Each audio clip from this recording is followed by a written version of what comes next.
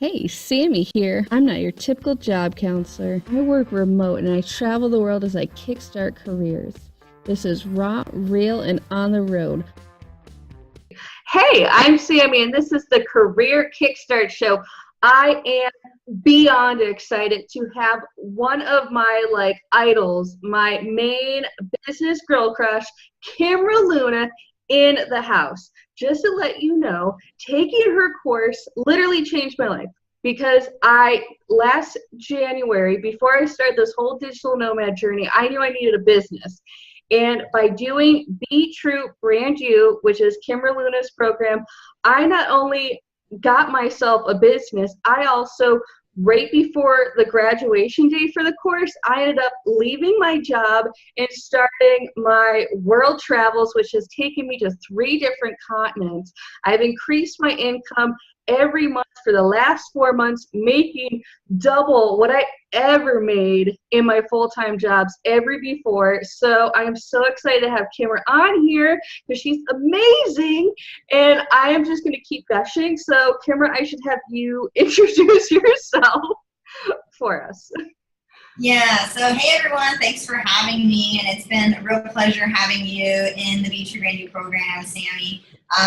You really, actually do the work, and so you get the results, that's the important part too. Yes, the content's good, but you put in the work, so you deserve the credit for that.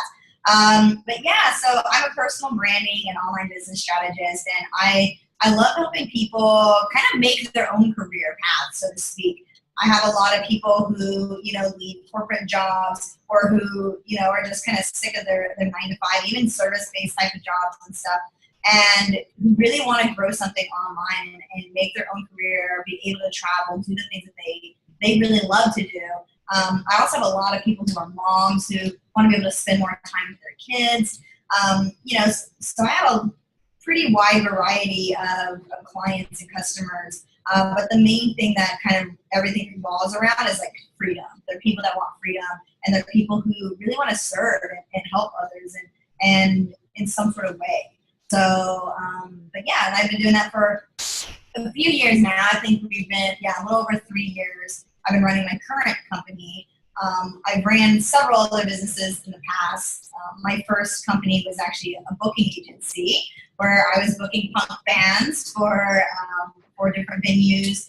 I was also booking their tours as well. I just kind of have always just figured out what my skill set is and made my own career out of those things. And it's fun to do. So, and I've always done it. So, I get a lot of people asking me how did you know to go into this or whatever. And I'm just everything kind of has always happened naturally for me. So, always a good progression. Yeah, and what I like is that you're talking about how you've created your own career, which for anybody who's been in the job market, part of surviving and thriving in the post-Uber job market is being able to take all your skills and create something out of them. And it sounds like your career has changed a lot. Do you mind kind of saying kind of how you started your working life and how it's kind of evolved, because you have done a lot. I won't get into spoilers. I'll let you tell the story, but how has your career changed over the years? It's changed definitely tremendously. When I first started, booking content, everything was MySpace and AOL email. I had my AOL email address that was my business email. And it was funny because my email address was midget mohawk girl. Not a midget, but I didn't have a mohawk, and I am. I'm sure. But anyways, that was my AOL handle. Now y'all know my dirty little secret.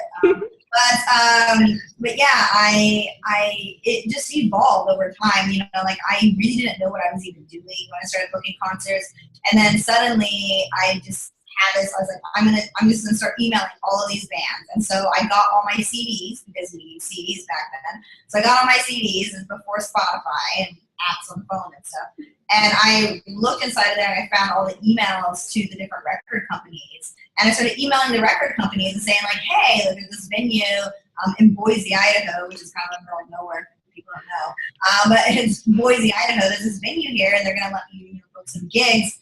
would you like to send your bands here? And I was just like, I don't know how much I can pay, but I'm sure I could get some people in and we can, have some good concerts. And I started doing that and was booking like legendary punk bands where I was just like, oh my God, I cannot believe this band even is contacting me right now, right? And so I started booking these bands and started growing like a community around like all the punk shows like in Boise, and it was a really, really great time, a really big learning experience. I had to learn about contracts and like all the legal aspects of things, and it was really funny because when I went to go do my taxes, because I was just like, oh my gosh, I made all this money, like what do I do with the taxes, right? I went into the taxes and the tax guy was like, oh, do you have a business license? I was like, I'm supposed to have a business license? Like, I'm like supposed to do that, like that's like, it just like happened like so fast. It just like came to me. But I was just using my natural gifts, which is like building community. And I feel like as people, we need to know what those natural gifts are. I've always been a person that I can build community and get people to like gather around something. Like even in high school, I was like the punk rock chick with the giant pink mohawk, right? But I still was able to get people to believe in things, and I became like the vice president of my school, and like I was able to like really rally people, and so I know that is like a skill set that I have. I still have that to this day, and it's like a natural ability. Then as time went on, the economy ended up crashing in 2008, 2009, and that's when I became pregnant with my first son. And I was like, well, obviously I can't keep touring with these, potheads and alcoholics. That's not really safe baby environment, right? So I ended up becoming a stay-at-home mom. But because the economy crashed, we ended up on welfare. And during that time, I was like blogging, building Etsy stores. I mean, I was doing anything I could to even make a few dollars. Like, I didn't care what it was. Like, I was doing it to like make money. And I had a pretty successful actual spiritual-based business. Going through the pregnancies and things like that, I had a lot of healing that I had to go through. I come from a very, very traumatic childhood, and I wanted to be a good mother. So I was educating myself on all this stuff, and I dove really into spirituality. So I had a pretty successful spiritual-based business where I was teaching Reiki classes and doing angel readings and all these types of things. And I remember I checked when we did our taxes one year, I had made like $12,000 in that year doing $50 angel card readings, and I was doing that all through my Facebook page. And if I was a stay-at-home mom, I was just like doing it from home or whatever, and I didn't even have a website, and I just was doing it straight through my personal Facebook account. And that's kind of like when things started to click. I was like, oh, like I can actually make money online. Like maybe I should, start a blog or something. And I had this vegan moms Facebook group, and I was like, I'm going to turn that into a blog. And so, finally, my husband's able to get a steady job, or able to get off of welfare. And I, the job was barely paying like $2,000 a month. So it wasn't like we were like making tons of money, but like we actually didn't have to be on welfare anymore, which was to me was a really big deal, because I was raised on welfare, and I was like, I don't want to go back to that. And especially when I had a pretty successful booking career where I was making more money than most of my friends. I remember there'd be nights, there'd be a concert, I'd make like $6,000 in a night. I was just like, oh, there's a bunch of cash in deposit in my bank account. It was like I would just, boom, like money would just come, and it was so easy. Then I went back on welfare, and I was just like, I can't live my life this way. I don't want my kids to live like this. And so I tried everything there was. I read all the business books. I read all the personal development books. And, once my husband got a job, I was able to afford to get a computer.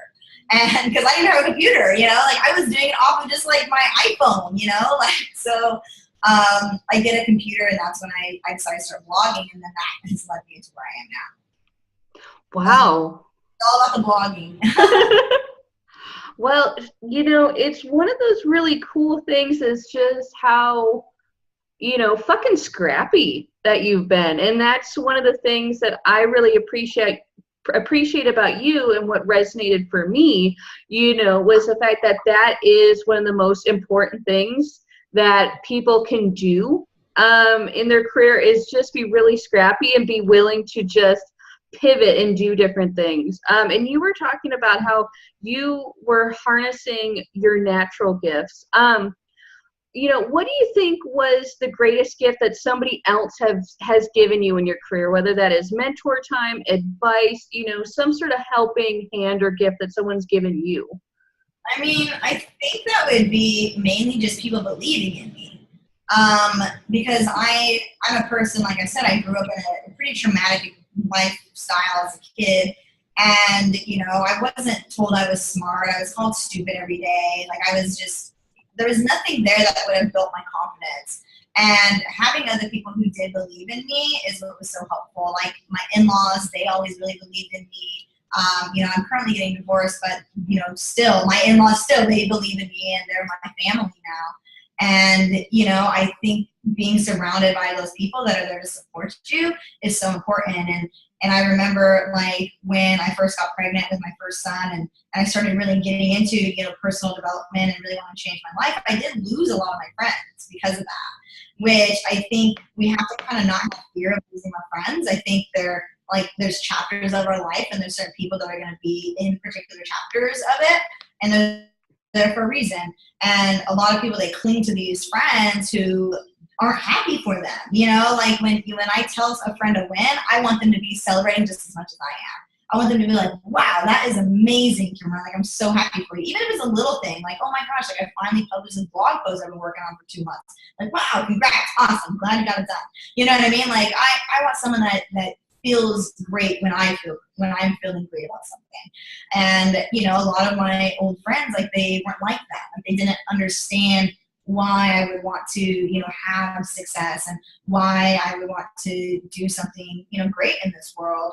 And I hope I'm doing something great in this world. I hope I'm able to, transform people's lives and transform people's businesses and things like that. But I feel like it's just was being surrounded by people just in general who were like, wow, like, you can do it, Kimra. They're like, all right, cool, I can do it. And it helped me, it enabled me to keep going and going and going. Because in the beginning, I didn't have a lot of those people, like, I wasn't raised around people that were like cheering me on, and I had to find those people who would cheer me on and who would say, like, yeah, you can do it, like, go for it, like, just get in there and do it. And, I definitely, like you said, there's a scrappiness about me. And I think that's because, I was raised in poverty, and if there was something I wanted, I had to raise the money for it, or, find means of getting it somehow, whether that was trading with people or like being like, hey, like, I'll mow your yard. Like, can you like buy me this? Like, like, I just did whatever I could, even as a kid, to get the things I wanted.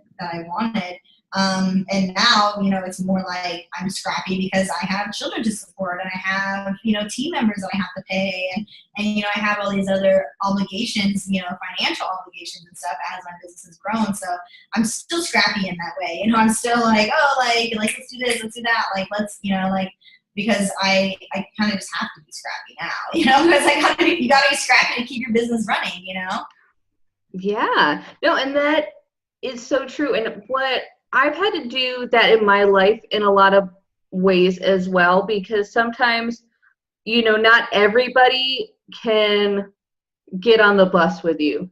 Sometimes you're taking a journey and you need to be pumped up. You can't have people who are like crabs in a barrel, especially when it's like, okay, I need to do starting a business, changing your career, doing whatever you're doing. Even if it's something like, I want to train for a marathon, you need to have people who aren't going to be, just kind of bagging on just being a bummer. That's one of the things. You can't always have folks who are just like crapping on what you're doing. And I think that's a really important point for a lot of people. I mean, that's part of what attracted me to Be True Brand New over other programs, was it was so focused on action takers, because I can be like, if it feels like nobody's actually doing the thing, like, it can be discouraging to me. And that's why I chose your program over other business programs, was I wanted to get shit done. Like, I was sick of being like miserable in Tucson. I wanted to like go forth, so I completely agree on that. And I think that's just great advice for anybody. But speaking of, more advice for folks who are maybe feeling like they're a little bit stagnant, they're kind of in a rut in their career or their life, what is another good bit of advice for them to kind of start transforming, or at least just jump kicking something so they can go forward? Yeah, so one thing that's I think really, really cool that one of my friends actually did when she was in kind of like a quarter life crisis, she went around and started asking her friends, what she was skilled at and what she was good at, and asked them, hey, what would you hire me for? And it turned out she apparently was very fashionable. And so all of her friends were like, oh, I would hire you to come and style me, like you go to brunch and you just look so good, like how do you look so great like that, and so she ended up thinking about that and was like, and she ended up going to school to become like a stylist. And it's not very long to go to school. It's like a year or something, like become a stylist. So she decided to do that, became a stylist, and now she has a full-time business doing styling, and she does online and offline type of work. But she didn't really know she even had that as a skill. She was just like working like a boring corporate job, and she was just like, going nowhere with this, like she's just like, I hate this, when your job or career is sucking the life out of you, it's time for a change. And I think we just have to not be afraid of change. Sometimes there might be something in the same company you're at that might be a better position or something that will fulfill, those things in your heart, fulfill those passions and things you have. But sometimes there isn't. And so we have to be okay with leaving, because I do believe that there are better opportunities out there. And for anybody, it doesn't matter what line of work you're in, there's always something better. There's always something that's going to fulfill you in the inside. And you don't want to be working a career where you're just like, every time you go to work, you're like, oh my God, I hate it, and I see so many people that are like that. I have friends that are like that. And I'm just like, why are you working that job? Like, I just ask them, and they're just like, oh, I need to pay the bills. I said, yeah, but you've worked there for 8 years. You have work experience. Go get another career. You know what I mean? Like, go get another job. Like, go find something else. Like, you don't need to stick in something that's making you miserable just because you need to pay the bills. Like find something that is going to fulfill you the inside. And I think when we focus on what's going to fulfill us, and we focus on just like using skills we have, like we can find anything. I know particularly like here in New York City. In New York City, everybody got a side hustle. Like, I don't know one person that has a side hustle. Even if they're working regular full-time corporate job, they always have some sort of side hustle. Like, that's just part of like being a New Yorker. I think it's like in like the DNA here. Like, I don't know. And so everybody here has like those side gigs that they do. And I really feel it's like just go for it. I was speaking to this woman at the co-working space that I'm at, and she, has like her regular corporate job, blah, blah, blah. And on the side, she does like this interior design stuff. And she's like so afraid to just jump into the interior design stuff. And I was like, why are you so afraid? I was like, you don't have kids. The only person you're supporting is your dog. You know what I mean? Like, why are you so scared? Like, I'm like, dude, I got like 3 kids, and I'm just diving into, whatever I need to dive into, because I just have to, I was like, what are you so scared of? Like, she showed me her Instagram. I'm like, you're freaking talented as hell. Like, what is going, like, why? And she couldn't even explain to me why. I was like, well, it sounds to me like you have a lot of fears, but it's okay to have those fears, because you're going to have them either way. You're going to either have the fear while you're in your crappy job, or you're going to have the fear while you're an interior designer. Who cares? You're still going to have the fear anyway. Like, we always are going to have it. So you might as well just be doing the thing you actually like to do full time. And I was like, this is New York. Everybody wants interior designers. I mean, all the very wealthy people here who are willing to hire you. You just got to go out and go after those people, And I do think it's funny, too, because there's people that are just like, oh, like they feel like they're not getting paid what they're worth and things like that. I'm just like, get higher end clients. Like find a client base that's willing to pay you. Here in New York City, you can get a haircut for $30, or you can get a haircut for $200. Like, there's people willing to pay $200 for haircuts. And guess what? Those people have clients lined up out the freaking door. They're book, for a $200 haircut, like, so you just have to find what that niche is and who you want to really serve. That's another, like, huge part of it. Like, who are you wanting to help? What types of companies are you wanting to work for? Like, what is the mission involved? Like, do you agree with the company's mission? Luckily nowadays, a lot of companies are really, it's almost like they want people working for them who are entrepreneurial minded, who do think outside the box, especially a lot of startup companies and things like that. They want people who think a little bit differently. And if you're a person listening who does think differently, if you're like at your job and you're like, oh my gosh, they could fix this, they could fix that, this could be better this way. Like if you're thinking those things in your head, then you're an entrepreneur. You know, like you have that entrepreneur brain.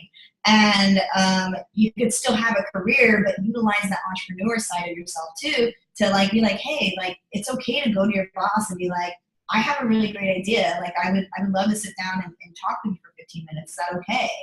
You know, and sometimes they'll be completely impressed and like, oh my gosh, like I didn't know this was going on inside of you.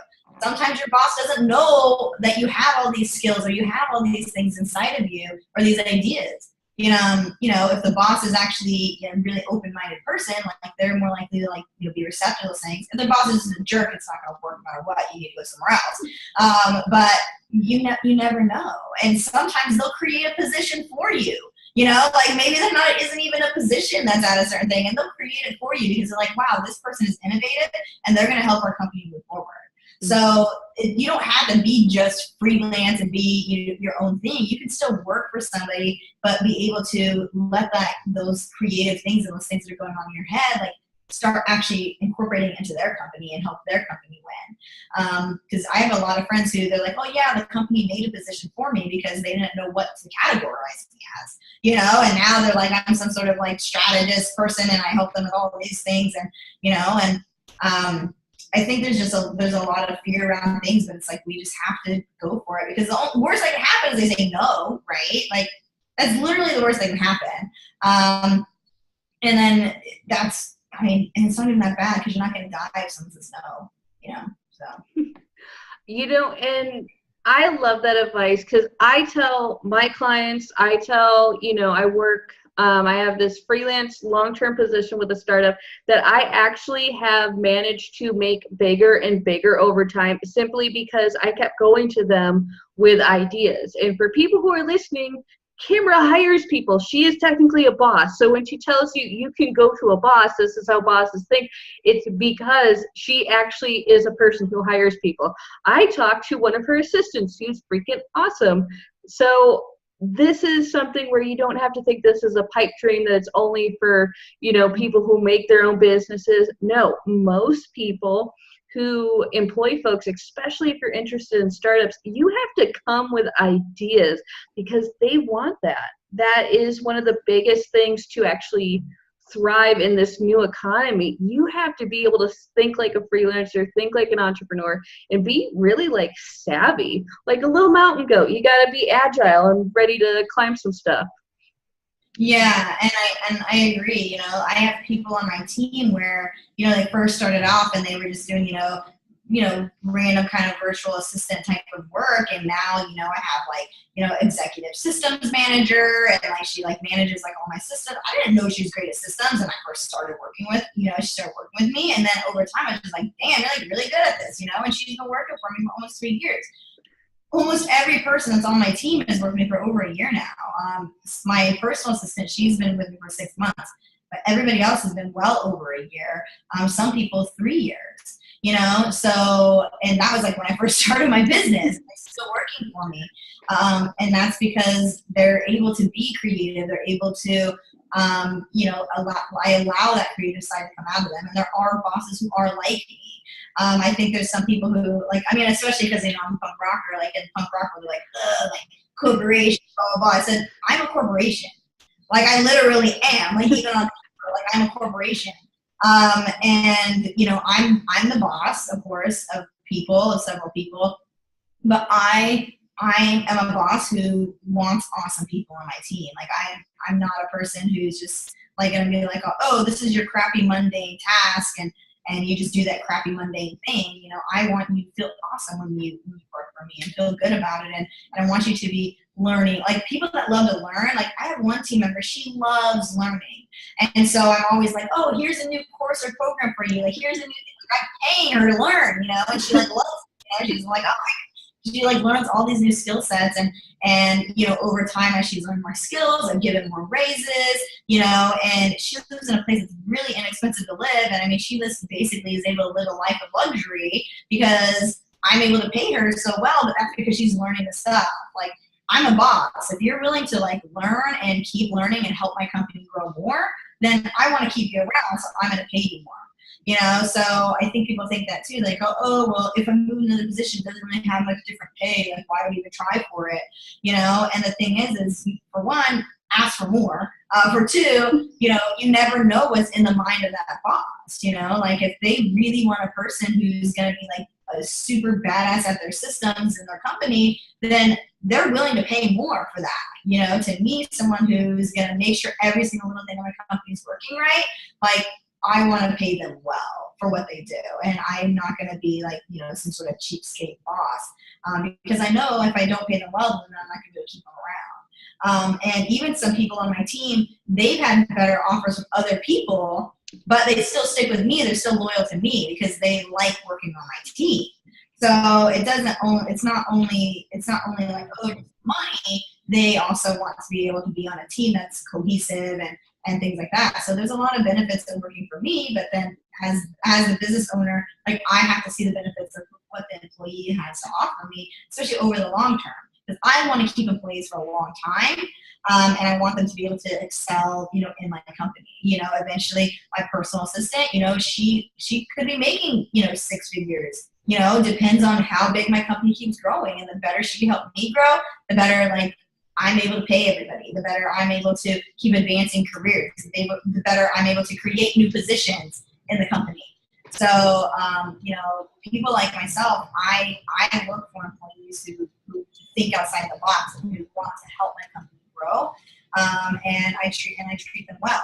Not every boss is going to treat you well, that's for sure. But I make sure I treat my employees very well because I want them to stay around with me. You know? Mm-hmm. And you're not unusual. There are plenty of startups and larger companies that are like that. And Kimra, you have given so much awesome value in this interview. Thank you for giving us this really cool employer side view, talking about your career, building a business, and just like really awesome just facts for people who are job seekers. You know, and I know that you're really busy because a fun fact for everybody listening, you are going to be launching another round of Be True Brand You, which since you've been listening, you already know I'm a fan. I'm already a convert. I'm part of the choir. I love to listen to more preaching from you on business, branding, and all that good stuff. So let everybody who's listening know exactly how they can connect with you, where they can find you, and what's next for Miss Kimra Luna. Yeah, like if you want to find me, BeTrueBrandYou.com is the best place right now. That's where the doors are going to be opening very soon for the program. FreedomHackers.com is another great place. I have a lot of free trainings there.